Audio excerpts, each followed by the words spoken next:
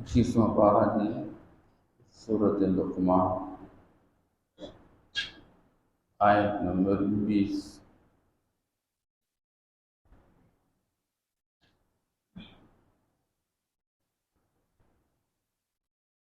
اعوذ باللہ من الشیطان الرجیم،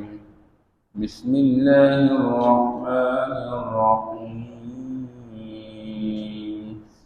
ألم تروا أن الله سخر لكم ما في السماوات وما في الأرض وأسبغ عليكم نعمه ظاهرة وباطنة، ومن الناس من يجادل في الله بغير علم ولا هدى ولا كتاب منير۔ صدق الله العظيم۔ ألم تروا أن الله، کیا تم لوگوں نے دیکھا نہیں، یا کیا تم لوگوں نے غور نہیں کیا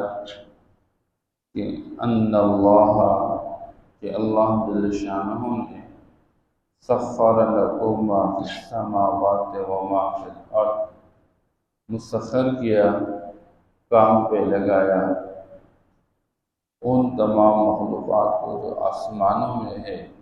وما فی الارض، وہ جو زمینوں میں ہے، وَأَسْبَغَ عَلَيْكُمْ نِعَمَهُ ظَاهِرَةً وَبَاطِنَةً، اور عام کر دیے ہیں تم پر نعمتیں جو ظاہری ہیں یا باطنی۔ وَمِنَ النَّاسِ مَن يُجَادِلُ فِي اللَّهِ، اور لوگوں میں سے بعض وہ ہے جو اللہ جل شانہ کے ساتھ جھگڑالو بن کر چلتے ہیں، بغیر کسی علم کے، ولا ہدن، اور بغیر کسی ہدایت اور رہنمائی کے،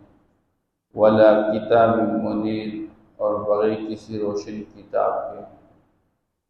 وَإِذَا قِيلَ لَهُمُ اتَّبِعُوا، اور جب ان سے کہا جاتا ہے کہ تم اتباع کر لو ما انزل اللہ، اس کی جو اللہ جل شانہ نے نازل فرمائی ہے، قالوا، تو کہتے ہیں بل نتبع ما وجدنا علیہ آباءنا، بلکہ ہم اتباع کرتے ہیں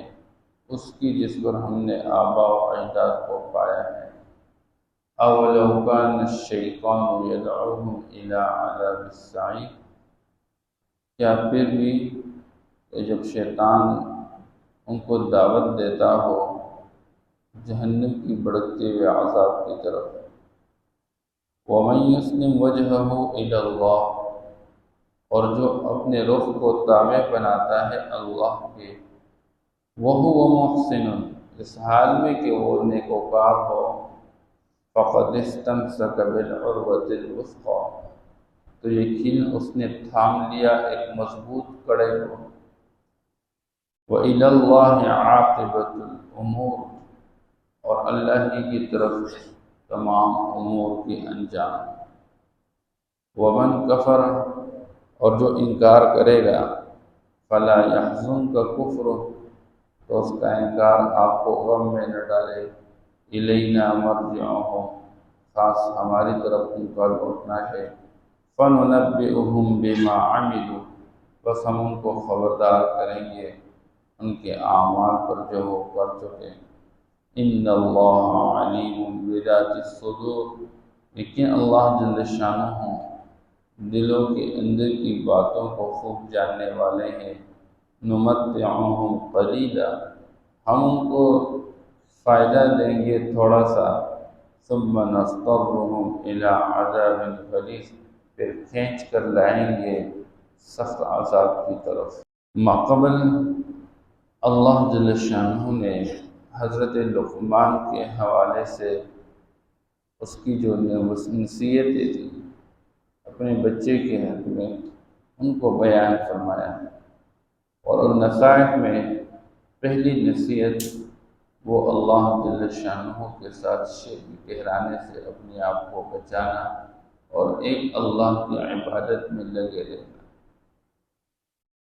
پھر اس کے بعد اخلاقی طور پر کچھ نصیحتیں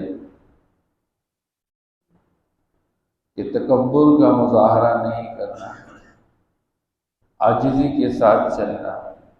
معنے روی کے ساتھ چلنا، یعنی اپنے بول چال کو، چال ڈھال کو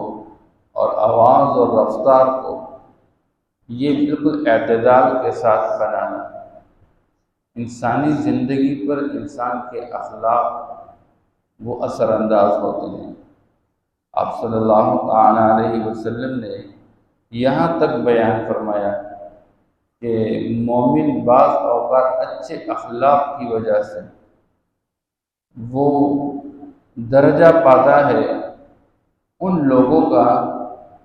جو کہ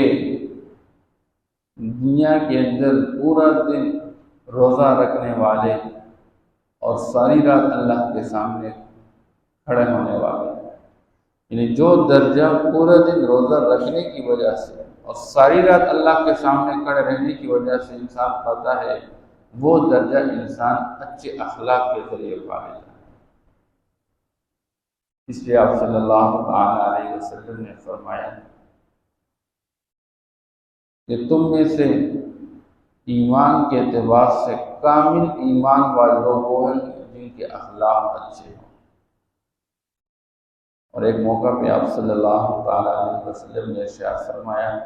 وہ مسلمان جو شریعت پر چلنے والا ہوتا ہے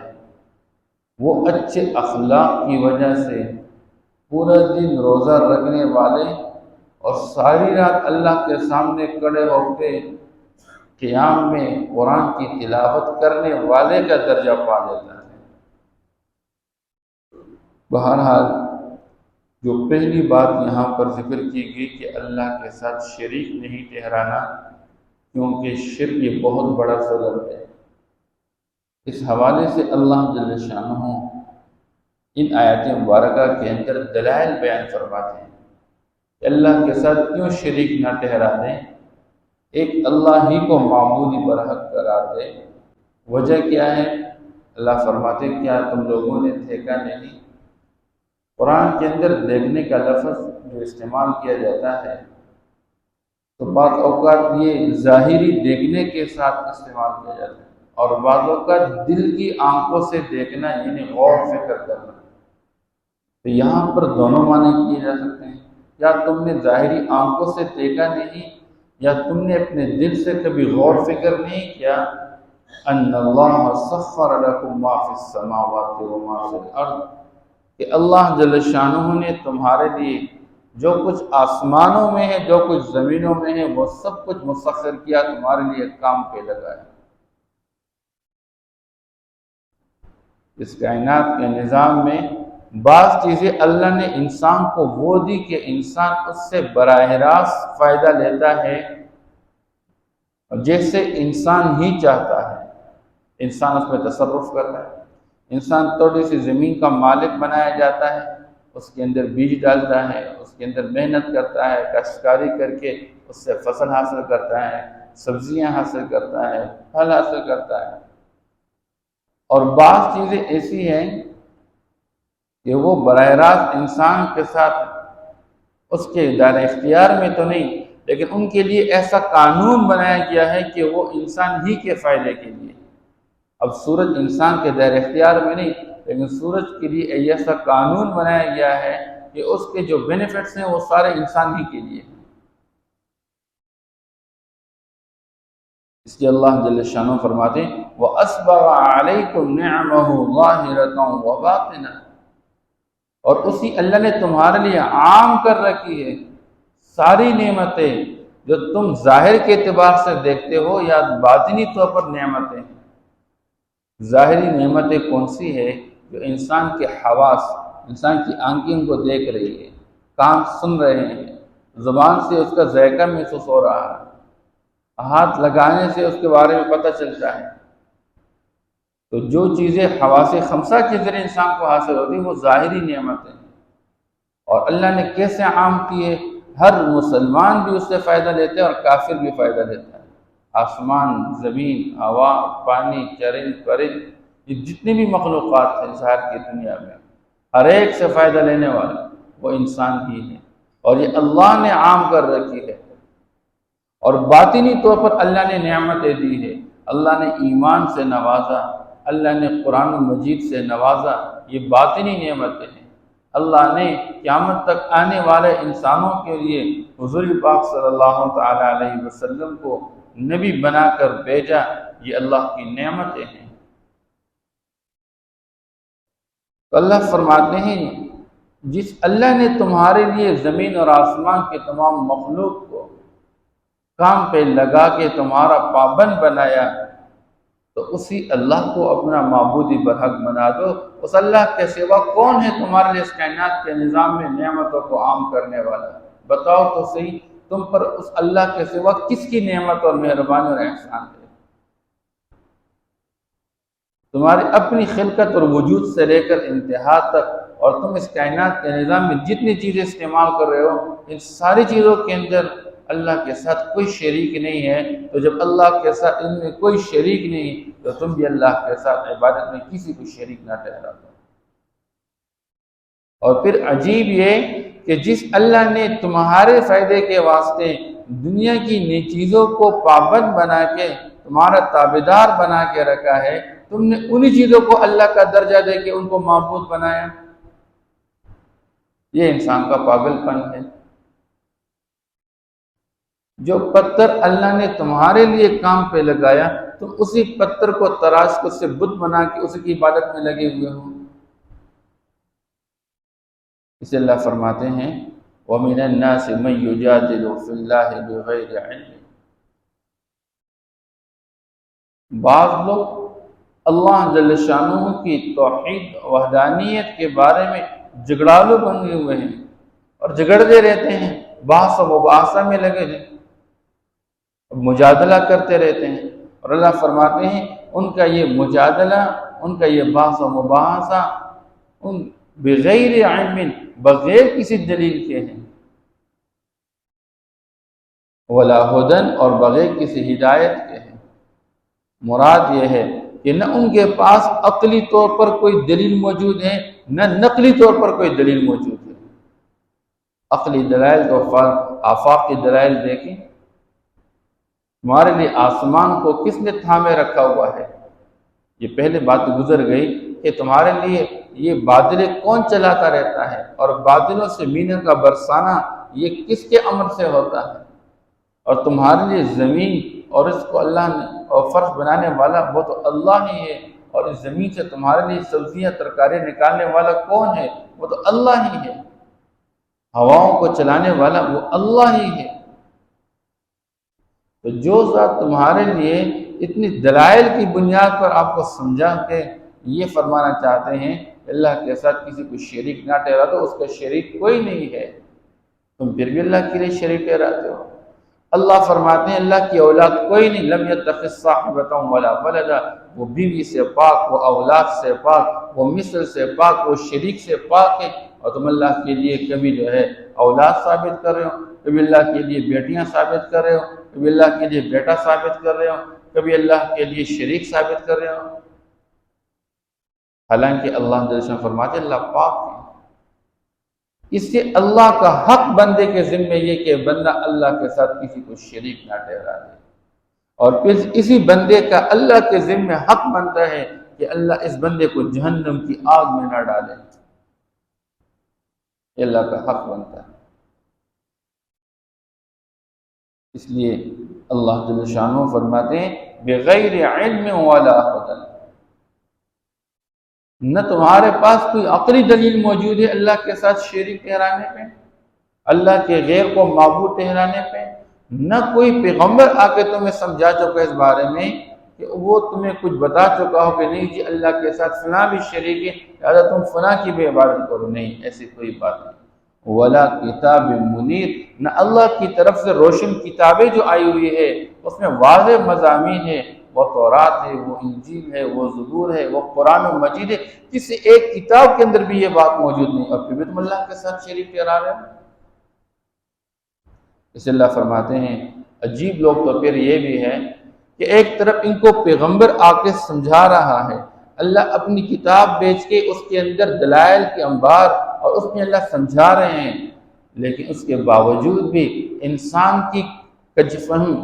اور کجروی اس کا حال یہ ہے، اس درجے فساد اور زد میں پڑا ہوا ہے۔ وَإِذَا قِيلَ لَهُمُ اتَّبِعُوا مَا أَنزَلَ اللَّهُ، او لوگو تم اس بات کی اتباع کر لو، اس بات کے پیچھے چلو جو اللہ نے نازل فرمائی ہے، جو قرآن اللہ نے بھیجا ہے، تو تم اس قرآن کو پڑھ کے اس کی تابعداری کرو۔ تو یہ کہتے ہیں قالوا بل نتبع ما وجدنا علیہ آباءنا، نہیں نہیں جی، ہم تو اس کے مان کے چلنے والے نہیں ہیں، ہم تو اپنے آباء و اجداد کو دیکھ کر چلنے والے ہیں، ہم تو ان کی اتباع کرنے والے ہیں، ہمارے آباء و اجداد ان بتوں کی عبادت میں لگے رہیں، ہم بھی ان کی عبادت میں لگے رہیں گے۔ غور فکر ہی نہیں کرتے۔ تو اس زمانے کے بت تو وہی تھے، لیکن آج کے زمانے کا بت رسم و رواج ہے۔ آج کے زمانے میں کسی کہہ رہے او بس شادی اللہ کی طرف سے خوشی ہے، لیکن اس میں مہندی کا نظام نہ چلاؤ، یہ رسم و رواج شریعت اسلام کے مطابق نہیں ہے، اور کہتے ہیں وہ جی کیا کرے، معاشرے کے ساتھ چلنا ہے جی۔ بڑے اچھے خاصے لوگ، نماز کے پابند لوگ، لیکن اس طرح کے ماحول میں جب بات آ جاتی ہے وہ جی کیا کرے، خاندانی مجبوریاں ہیں، اور جی دوست احباب ہیں ان سے ہم مجبور ہیں۔ اس اللہ فرماتے ہیں یہ عجیب لوگ ہیں، اپنے آباء و اجداد کے نظام پر چلنے والے تو ہیں، ان کی اتباع کرنے والے ہیں۔ اولو کان الشیطان یدعوہم الی عذاب السعیر، ایک جگہ اللہ قرآن پاک کے اندر بیان فرماتے ہیں اولو کان آباؤہم لا یعقلون شیئا ولا یہتدون، کہ یہ پھر بھی اپنے آباء و اجداد کی مان کر چلیں گے کہ وہ کچھ عقل ہی نہیں رکھتے، وہ سمجھ نہیں رکھتے ہیں، ان کے پاس ہدایت کوئی نہیں ہے، وہ تو گمراہی کے راستے پر چل پڑے، پھر بھی یہ ان کے راستے پر چلیں گے۔ یعنی ان کے آباء و اجداد کو شیطان نے گمراہ کر کے ان کو جہنم کی بھڑکتی ہوئی آگ کی طرف دعوت دے کے بلاتا رہتا ہے، تو یہ پھر بھی ان کے مان کر چلیں گے۔ اولو کان الشیطان یدعوہم الی عذاب السعیر، اگرچہ شیطان ان کو دعوت دے رہا ہو جہنم کی بھڑکتی ہوئی آگ کی عذاب کی طرف۔ وَمَن يُسْلِمْ وَجْهَهُ إِلَى اللَّهِ وَهُوَ مُحْسِنٌ، اور یاد رکھ جس نے اپنا رخ پھیر دیا اللہ کی طرف، اپنا آپ حوالہ کر دیا اللہ کے لیے، بس جو اللہ فرماتے ہیں، جو اللہ کے رسول فرماتے ہیں، میرا تو بس راستہ وہی ہے۔ اور ابراہیم علیہ السلام کے بارے میں اللہ نے فرمایا،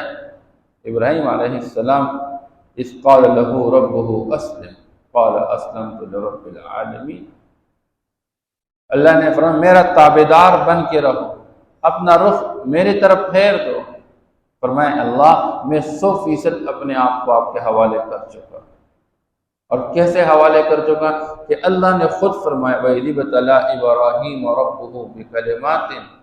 جب بندہ اپنے آپ کو کسی کے حوالہ کرتا ہے پھر دیکھتا بھی ہے کہ واقعی سچا ہے یا ایسی ظاہری زبانی جمع خرچ ہے، تو اللہ آزمائش میں ڈال چکے۔ اللہ فرماتے ہیں ہم نے آزمائش میں ڈال کے رکھا، امتحان لیا ابراہیم کا، اور مختلف اعتبار سے امتحان لیا۔ ادھر گھر والوں نے گھر سے نکالا، اپنی قوم والوں نے قوم سے نکالا، اور ادھر بیوی بچوں سے اللہ نے حکم دیا چھوڑ کے چلے جاؤ، ہر آن ہر گھڑی جو اللہ نے چاہا اس کو پورا کر دیا۔ اللہ خود فَأَتَمَّهُنَّ، اللہ نے ان کے بارے میں خود فرمایا ان سارے امتحانات کے اندر اللہ جل شان کے سامنے وہ پورے کے پورے اپنے تابعداری دکھا چکا، اور اس نے ہر ایک امتحان کو پورا کر کے اپنے آپ کو سچا ثابت کر دیا۔ اس لیے اس امت کو جد امجد حضرت ابراہیم علیہ السلام کے حوالے سے بھی حکم دیا گیا ہے، ملت ابیکم ابراہیم، اے اتبعوا ملت ابیکم ابراہیم، اپنے ابو حضرت جد امجد حضرت ابراہیم علیہ السلام کی ملت، اس کے مذہب کی تابعداری کرو، کہ اس نے اپنا آپ 100% اللہ کے حوالے کیا تھا۔ اس امت کے اندر بعض یہود کہتے ہیں ہم ابراہیم علیہ السلام کی ملت پہ چلنے والے، نصارہ کہتے ہیں ہم اس کی ملت پہ چلنے والے، نہیں نہیں، اس کے ملت پہ چلنے والے تو مسلمان ہی ہے، کہ جو مومن ہوتا ہے وہ تو ابراہیم علیہ السلام کی طرح اپنے آپ کو 100% اللہ کے حوالے کرتے ہیں۔ اور اللہ فرماتے ہیں وَمَن يُسْلِمْ وَجْهَهُ إِلَى اللَّهِ، جو اپنے آپ کو اللہ کی طرف حوالہ کر لیتا ہے، اپنا رخ اللہ کی طرف پھیر لیتا ہے، وَهُوَ مُحْسِنٌ، شرط یہ ہے کہ وہ اخلاص کے ساتھ ہو، اللہ کو راضی کرنے کے جذبے کے ساتھ نیکوکار ہو، اللہ ہی مطلوب اور مقصود ہو۔ یہ نہیں کہ ظاہر کے اعتبار سے دیندار لوگوں کا جامع پہن کے ان کی صورت اختیار کر کے اور جی میں بڑا متقی پرہیزگار اللہ والا ہوں، لیکن دل کے اندر مقصود کیا ہے؟ لوگوں کے پیسے کو سمیٹنا، جمع کرنا، لوگوں سے اپنے مفاد کو پورا کرنا، اس کے لیے اللہ کی صدائیں لگا لینا، اس کے لیے اپنی ظاہری حالت کو یوں بنا لینا لوگ مجھ پر بڑا اعتماد کر لیں۔ تو مقصود اور مطلوب ظاہر کے اعتبار سے بھی اپنے آپ کو اللہ کے حوالے کرنا اور دل بھی اللہ کے حوالے کرنا کہ مطلوب یہ ہو کہ مجھ سے میرا اللہ ہی راضی ہو جائے۔ تو اللہ فرماتے فَقَدِ اسْتَمْسَكَ بِالْعُرْوَةِ الْوُثْقَىٰ، بندہ کہیں راستے پہ چل رہا ہے اور کسی گھڑے میں پھینکنے کا اور اس میں گر جانے کا خطرہ ہو، بندہ اپنے آپ کو کہیں مضبوط جگہ پہ ہاتھ لگا کے بچانا چاہتا ہے اور ایک کھڑے کو مضبوطی سے پکڑنا چاہتے ہیں، اللہ فرماتے ہیں جس بندے نے اپنے آپ کو مضبوطی کے ساتھ اللہ کے حوالے کر دیا اور دل و دماغ اللہ کے حوالے کر چکا، اپنا ظاہر بھی اللہ کا پابند بنا چکا، اپنا باطن بھی اللہ کے حوالے کر چکا، اللہ فرماتے ہیں اس بندے نے ایک مضبوط کھڑے کو تھام کے رکھا، اب یہ جہنم کے وادی کے اندر کبھی نہیں گر سکے گا۔ فَقَدِ اسْتَمْسَكَ بِالْعُرْوَةِ الْوُثْقَىٰ وَإِلَى اللَّهِ عَاقِبَةُ الْأُمُورِ، اور تمام امور کے جو انجام دہی ہے اس کا انجام وہ اللہ ہی کی طرف لوٹنا ہے۔ وَمَنْ كَفَرَ فَلَا يَحْزُنْكَ كُفْرُهُ، اے میرے پیغمبر آپ کا کام، آپ کی ذمہ داری اللہ کا پیغام اپنی امت تک پہنچانا، انسانیت کو اللہ کی بات سمجھانا، یہ آپ کی ذمہ داری ہے۔ اگر کوئی پھر بھی نہ مانے، انکار کے در پہ رہے تو پھر آپ فلا یحزن کا کفر ہو، اس کا کفر اور اس کا انکار آپ کو غمگین نہ بنا دے، آپ پھر چھوڑ دیجئے، کوئی مسئلہ نہیں۔ جو اپنی ضد سے باز نہیں آ رہا،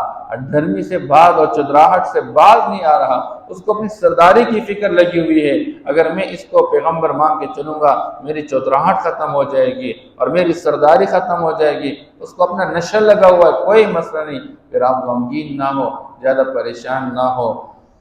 الینا مرجعہم، ان کا ہماری طرف لوٹنا ہے، فننبئہم بما عملوا، آج یہ دنیا کے اندر واویلا کر رہے ہیں، یہ دنیا کے اندر پیغمبر کا مذاق اڑا رہے ہیں، قرآن کا مذاق اڑا رہے ہیں اور یہ خرمستیاں کر رہے ہیں، کوئی مسئلہ نہیں ہے۔ فننبئہم، پھر ہم ان کو خبردار کریں گے، ہم جتلائیں گے ان کو، بما عملوا، ان کے اعمال جو یہ دنیا کے اندر کرتے رہتے تھے۔ ان اللہ علیم بذات الصدور،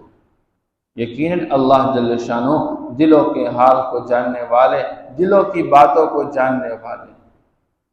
اس لیے قرآن میں اللہ جل شانہ نے بیان فرمایا، ابھی میں نے پہلی رکعت میں جو آیتیں پڑھ لی، یا حسرتا، ہے افسوس، وویلا کرے گا قیامت کے دن یہی انسان جو دنیا کے اندر بڑا ڈرامہ باز بن گیا تھا، دنیا کے اندر اتنے فخر و غرور تکبر کا مظاہرہ کر چکا کہ اللہ کی وحدانیت سے انکار کرنے والا، اللہ کی ربوبیت سے انکار کرنے والا اور اپنے آپ کو رب سمجھنے والا، علی ما فرطت فی جنب اللہ، میں اللہ کے حق میں بڑی زیادتی کر چکا ہوں، میں تو مسخرے کرنے والا تھا،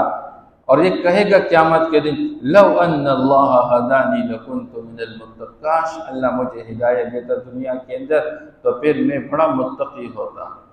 کاش اللہ جل شانہ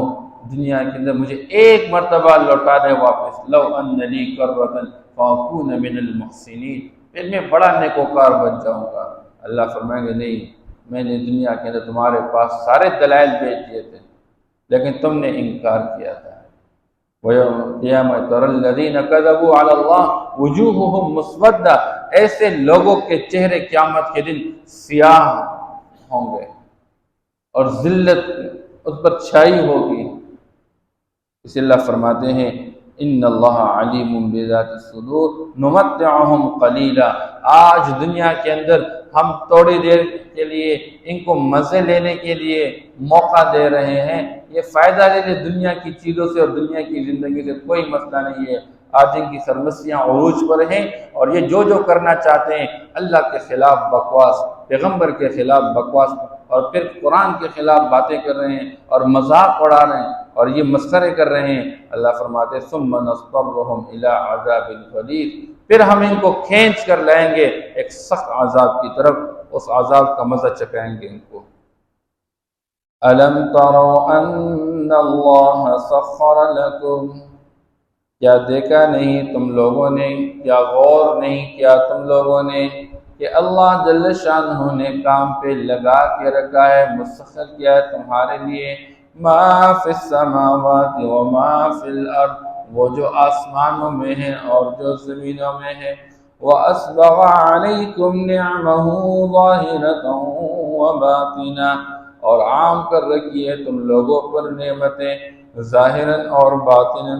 وَمِنَ النَّاسِ مَن يُجَادِلُ فِي اللَّهِ، اور لوگوں میں سے بعض وہ ہیں جو کہ مجادلہ کرتے ہیں اللہ کے بارے میں، اللہ کی وحدانیت کے بارے میں بحث و مباحثہ کرتے ہیں، جھگڑتے رہتے ہیں، بغیر علم، بغیر کسی دلیل عقلی کے، ولا ہدن، اور بغیر کسی دلیل عقلی کے، ولا کتاب منیر، بغیر کسی روشن کتاب کے، وَإِذَا قِيلَ لَهُمُ اتَّبِعُوا مَا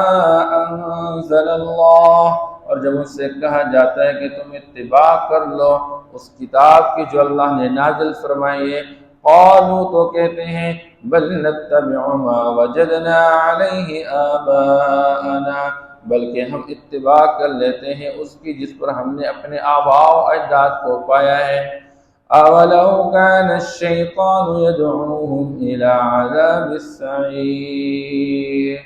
کیا یہ پھر بھی اپنے آباء و اجداد کی اتباع کریں گے کہ جب شیطان ان کو دعوت دے رہا ہو جہنم کی بھڑکتی ہوئی آگ کے عذاب کی طرف۔